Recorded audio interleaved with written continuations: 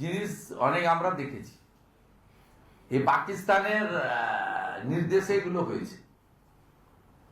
ওটা অন্য দেশের বিষয়, কিন্তু এপার বাংলা ওপার বাংলা তো আমাদের একটা সেন্টিমেন্ট রয়েছে। যারা এই রায়টা দিলেন তাদের অবস্থাও জামাতের নেজামির মতো হবে। আমি আজকে বলে দিলাম, আমার নাম করে আপনি রেকর্ড করে নেন। যারা আজকে আত্মপক্ষ সমর্থন না করে এই রায়টা দিলেন তাদের অবস্থা জামাতের নিজামির মতো হবে। ডেজার নাম্বার। আমি এখান থেকে সমগ্র হিন্দু সমাজকে আবেদন করব যে আগামী 24 তারিখে বাংলাদেশ বর্ডার এলাকায় সর্বত্র আপনারা প্রতীকী অবরোধ করবেন। হিন্দুদের আবেদন করব, আপনারা 1 ঘন্টা 2 ঘন্টা যতটা পারবেন অবরোধ করবেন।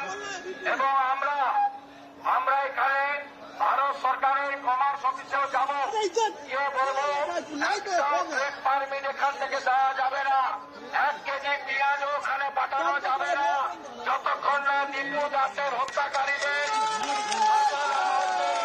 পরিষ্কারভাবে বলতে চায়। सबक सिखाना चाहिए। जैसे इजराइल सिखाया गाजा में, उस तरीके से हमारी भारत की 100 करोड़ हिंदू, देश का हिंदू हित में चल रहा है सरकार, सबक सिखाना चाहिए। जैसे ऑपरेशन सिंदूर में पाकिस्तान को हम लोग सबक। আমি আচার্য রামভদ্রাচারীজির যে গতকাল স্টেটমেন্ট তাকে সমর্থন করব। তিনি বলেছেন এই কমিউনিটিকে, অর্থাৎ জঙ্গিবাদ মৌলবাদ এই কমিউনিটিকে, এদেরকে টাইট দিতে গেলে অ্যাকশন নিতে হবে, এবং অ্যাকশনটা কিভাবে নিতে হয় ইসরায়েল জানে। ইসরায়েলের অ্যাকশন বাংলাদেশে দরকার আছে।